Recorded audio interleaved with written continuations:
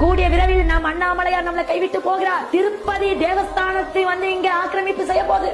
இந்த விஷயத்தை பத்தி நிறைய பேர் பேச சொல்லினாங்க. அதாவது திருவண்ணாமலை அண்ணாமலையார் கோவில்ல முழுக்க பார்த்தோம்னா தெலுங்காரங்களுடைய ஆக்கிரமிப்பு இப்ப சமீப காலமா அதிகமாயிட்டு இருக்கு. அதாவது ஆந்திரால இருந்து பார்த்தோம்னா கோங்கோரா பச்சையும் எடுத்துன்னு இங்க டைட்டா உட்காந்துறானுங்க. ஆந்திரா கொல்ட்டிங்க. இந்த தெலுங்காரங்க யாரா ஆதரவு கொடுக்குறது, யாரா இவங்களுக்கு வீடு வாசல் தர்றது, யார் இவங்களுக்கு இடம் விற்கிறது அப்படின்னு சொல்லி பார்த்தா முழுக்க பார்த்தோம்னா தமிழ்நாடு அறநிலைத்துறை கண்டிப்பா இதுல சம்பந்தப்பட்டு. தமிழ்நாடு அறநிலைத்துறை தமிழர்களுக்காக செயல்படுதா அல்லது பார்த்தோம்னா தெலுங்காரங்களுக்காக செயல்படுதா அப்படின்னு சொல்லி தெரியல. மாண்புமிகு தமிழ்நாடு அறநிலைத்துறை அமைச்சர் டி கே சேகர்பாபு ஒரு தெலுங்காரன் அப்படிங்கறதால இந்த அளவுக்கு முக்கியத்துவம் தராங்களா என்ன இது அப்படின்னு சொல்லி தெரியல. திருவண்ணாமலையில் இருக்கக்கூடிய இடங்களையும் பார்த்தோம்னா சமீப காலமா தெலுங்காரங்க அதிகமா வாங்கிட்டு இருக்காங்க, மண்டபம் கட்டிட்டு இருக்காங்க. கேட்டா நூ அக்கடா மேன் இக்கடா அப்படின்னு சொல்லிட்டு ஏதேதோ பேசிட்டு இருக்காங்க.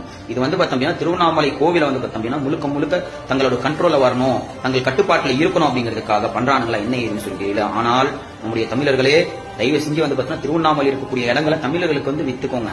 அதை விட்டு பார்த்தீங்கன்னா எங்க இருந்தோ வர தெலுங்காரனுக்கு வித்த அப்படின்னா அதே இடத்துல பார்த்தோம்னா அனாதைகளாக்கப்படும், அகதிகளாக்கப்படும். அதான் சொல்றேன்ல, ஒரு தமிழனை பார்த்தோம்னா நம்ம முதலமைச்சர் ஆக்காம இங்க இருந்தோம் திருட்டு ரயில ஏறி வந்தவனெல்லாம் முதலமைச்சராக்கி உட்கார வச்சிருக்கோம் இல்லையா, அதனுடைய விளைவு தான் இதெல்லாம் எனக்கு தெரிஞ்சு. தமிழினத்தை அழிக்கணும் அப்படின்ற நோக்கத்துல பார்த்தீங்கன்னா எல்லாரும் செயல்பட்டு இருக்கீங்க. ஆனால் நாங்க விடமாட்டோம்.